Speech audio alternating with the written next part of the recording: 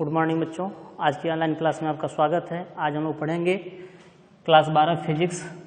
Topic होगा हम लोगों का कॉम्बिनेशन ऑफ कैपेसिटर्स, यानी संधारित्रों का संयोजन।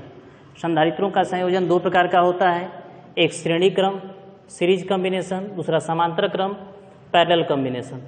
इसमें हम लोगों को आज पढ़ना है। वैसे कल के वीडियो में आपको भेजा गया है, पहला श्रेणी क्रम संयोजन भेजा जा चुका है। आज हम लोग का टॉपिक है समांतर क्रम संयोजन। इसको हम लोग आज पढ़ेंगे, संधारित्रों का समांतर क्रम संयोजन, पैरेलल कॉम्बिनेशन ऑफ कैपेसिटर्स। सबसे पहले कि संयोजन क्यों करना चाहिए, संयोजन का उद्देश्य क्या है। तो बच्चों, किसी भी मशीन का उद्देश्य यही होता है कि उस मशीन में अधिक से अधिक एनर्जी स्टोर हो, अधिक से अधिक एनर्जी उसमें रहेगा तो उससे वर्क अधिक होगा।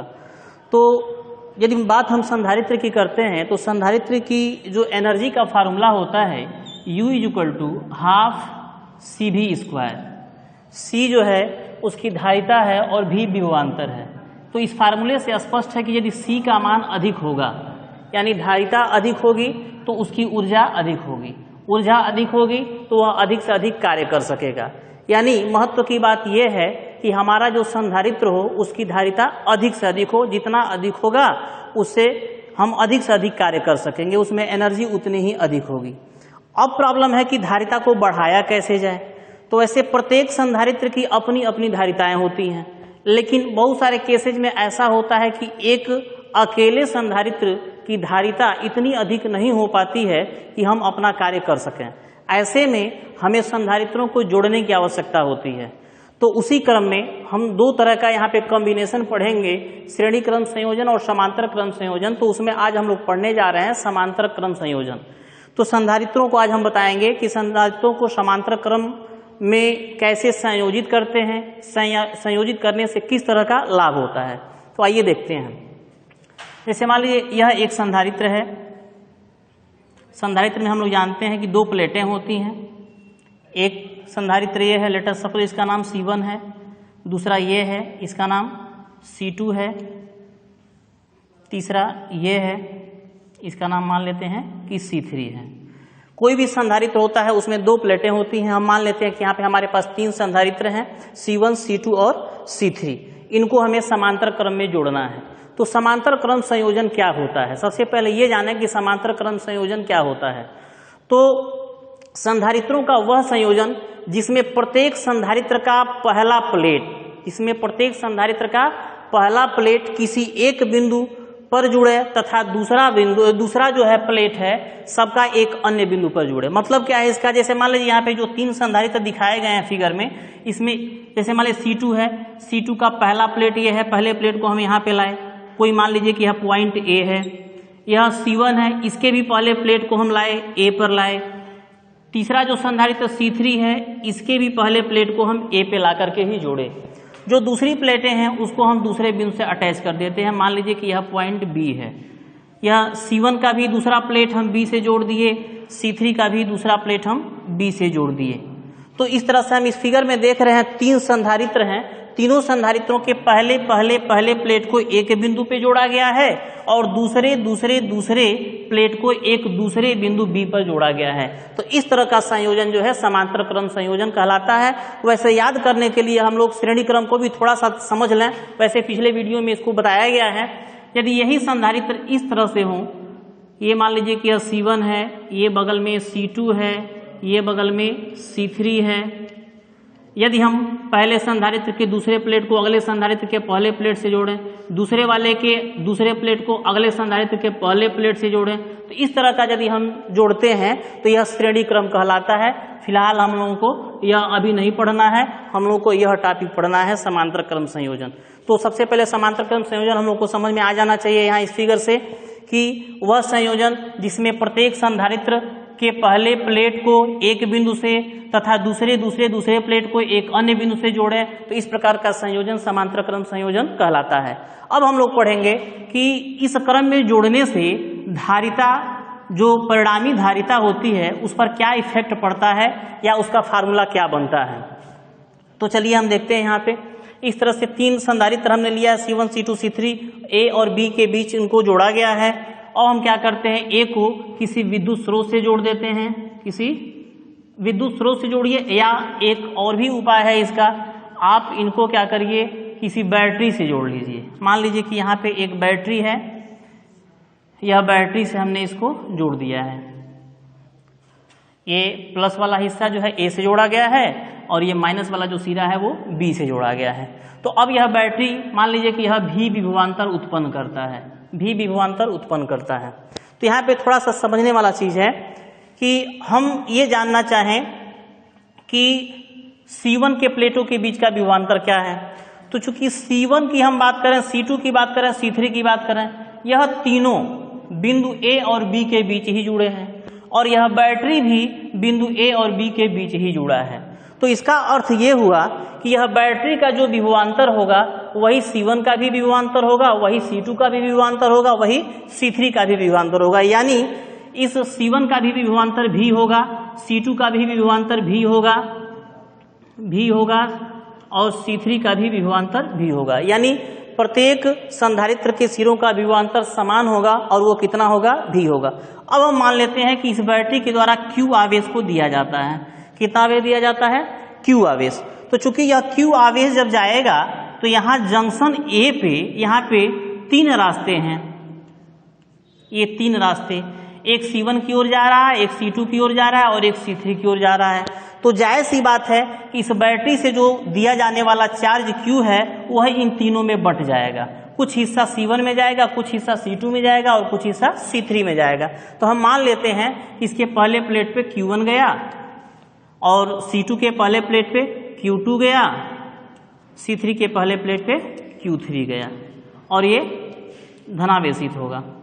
तो जब पहला प्लेट धनावेशित होगा तो वैद्युत प्रेरण के कारण जो दूसरा प्लेट होगा वो ऑटोमेटिक ऋणावेशित हो जाएगा,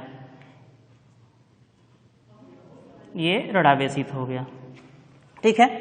अब QCV में रिलेशन हम जानते हैं कि Q बराबर होता है CV, Q बराबर होता है CV। अब पहले वाले के लिए Q के जगह पे Q1 है, C के जगह पे C1 है और V के जगह पे V ही है। तो पहले संधारित्र के लिए रिलेशन का फार्मूला क्या बन जाएगा, Q equal to Q1 equal to C1V। दूसरे के लिए Q2 इक्वल टू C2V, चूंकि V तीनों के लिए सेम है। तीसरे के लिए Q3 इक्वल टू C3V। तो यह तीनों के लिए आवेश का फार्मूला बन गया। अब हम बात करें, चूंकि यह टोटल आवेश यहाँ पे Q ही दिया गया है और यही Q बट करके Q1, Q2, Q3 गया है। तो मतलब ये हुआ कि यह तीनों को यदि हम कंबाइन करें, किन तीनों को, Q1 को, Q2 को और Q3 को, तो यह तीनों मिलकर के Q बनेंगे। मीन्स कुल आवेश यहाँ पे Q बराबर क्या होगा, Q1 plus Q2 plus Q3। अब Q1, Q2, Q3 का ऊपर वाला जो वैल्यूज हैं ये वैल्यू इसमें हम पुट करते हैं। तो Q1 के जगह पे होगा C1V plus C2V plus C3V। We can common भी C1 plus C2 plus C3, यहाँ पे है V, ये Q। This is the equation number 1।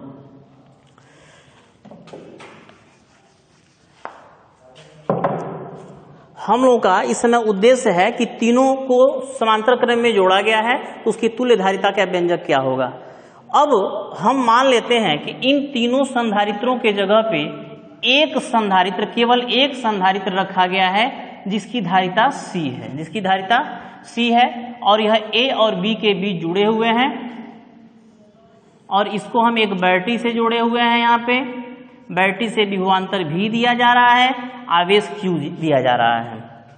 यानी जो कंडीशन यहाँ पे था, विभवांतर V के वजह से Q आवेश निकल रहा था, तो वही बात यहाँ भी है, विभवांतर V की वजह से Q आवेश निकल रहा है। और इन तीनों अंतर यहाँ और यहाँ में क्या है कि यहाँ पे 3 संधारित्र C1, C2, C3 कंबाइन किए गए थे और यहाँ पे क्या किया गया है, इन तीनों के जगह पे केवल एक संधारित्र C रखा गया है। तो यानी V के जगह पे V है, Q के जगह पे Q है, तो पक्का हम ये कह सकते हैं कि इन तीनों संधारित्रों के जगह पे यह अकेले संधारित्र C है।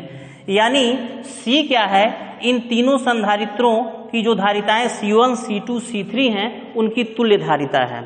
तो अब यहाँ के लिए यदि हम इस फार्मूले की बात करें तो हमारे पास रिलेशन बन जाएगा Q equal to CV। This is the equation number 2।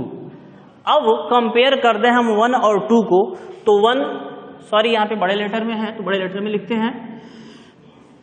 अब देखते हैं समीकरण 1 का भी लेफ्ट हैंड Q है, 2 का भी लेफ्ट हैंड Q है, means left hand are equal, बायां पक्ष दोनों में बराबर है तो इसलिए राइट हैंड भी दोनों में इक्वल होगा, यानी क्या हो जाएगा CV equal to C1 plus C2 plus C3 और बाहर है V से V कैंसिल हो जाएगा तो C बराबर हो जाएगा C1 plus C2 plus C3।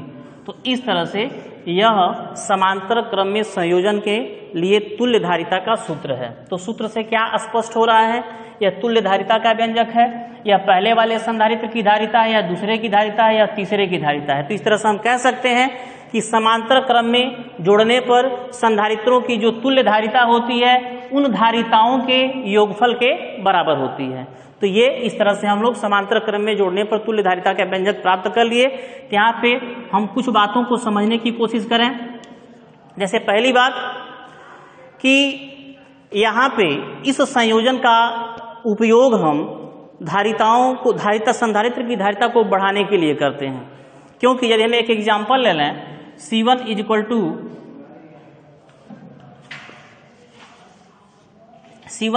(1) farad, C2 is equal to 2 farad, C3 is equal to 3 farad. तो C बराबर यहाँ से फार्मूला C1 यानी 1 फैरड प्लस C2 यानी 2 फैरड प्लस 3, तो C is equal to 3 to 5.6 farad. क्या देखा हमने कि जो तुल्य धारिता है उसका वैल्यू 6 फैरड आया, जबकि जिनको जोड़ा गया है उनमें जो सबसे बड़ा है वो 3 फैरड है। यानी जो जोड़ है इनमें जो भी जोड़ा गया है उनमें जो सबसे बड़ा है उससे भी तुल्य धारिता का मान अधिक है। इस नाते इसका उपयोग हम धारिता को बढ़ाने के लिए करते हैं। दूसरी बात कि यहाँ पर चूंकि तीनों संधारित्र समान बिंदुओं A और B के बीच जुड़े हुए हैं, तो यह भी बात याद रखने योग्य है कि समांतर क्रम में जोड़े गए जो भी संधारित्र होते हैं उनके सिरों का विभवांतर समान होता है। ठीक है, इस तरह से समांतर क्रम संयोजन समाप्त होता है। इसको आप लोग अच्छे से समझ लेंगे, देख लेंगे और जो जरूरी चीजें होंगे उसको नोट कर लेंगे। Thank you.